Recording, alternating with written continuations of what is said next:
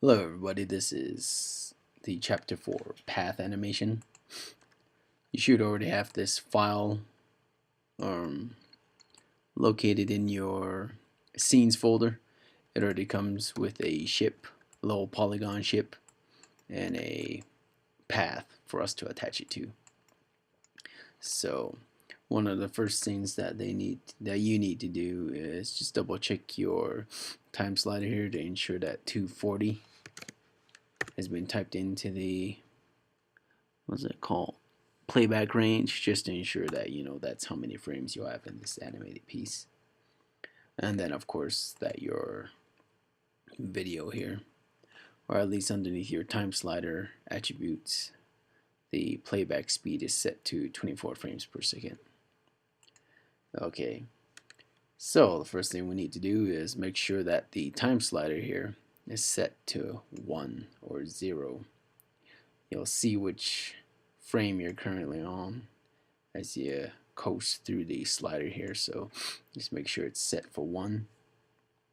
And what we need to do is, using the selection tool, we start by selecting the aircraft or the low poly ship, and then holding down shift we select the path. So you can select the object here, you can select the low poly ship, and then hold down shift and click the path here, or you can click drag to select the path. Just ensure that nothing else is currently selected. Well, like, that's if you had other items in this project, but in this case it's just these two items. So first select the ship, then shift select the path. Next thing you do is you go over to, where is it? Oh, make sure that you're modeling, or make sure that you're working with the animation menu set.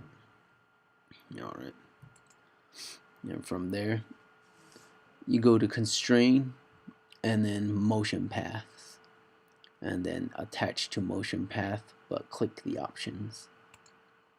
There's a few things you want to make sure that is set before you attach the ship to the path. For one thing here, if we were to just select by time slider range, it would make sure the animation plays from 0 to 240. But in our case here, they're going to want to click on start and end. You're going to want the start time animation or start animation to be at 60, and the end time animation should be at 240. So that's all this is saying, is the animation is going to start at frame 60 right here, which means the ship will move along the path starting at 60 and then end on the path at 240. There's a few more things we need to set up here. We need to make sure that follow is checked, and that the front axis is set up for X and the up axis is set up for Y. Now these will vary depending on the kind of object you're attaching to a path. In this case here, you'll want the ship to be facing in the direction of the path as it animates. So if you ever attach an object to a path and the object isn't quite attached properly, actually let me show you here real quick. Okay, instead of front axis X, I'm going to click Y or Z and then hit apply. See there, my axis is off. Instead, if I play it now, it's going to fly sideways, which is what we don't want. So I'm going to undo that last move.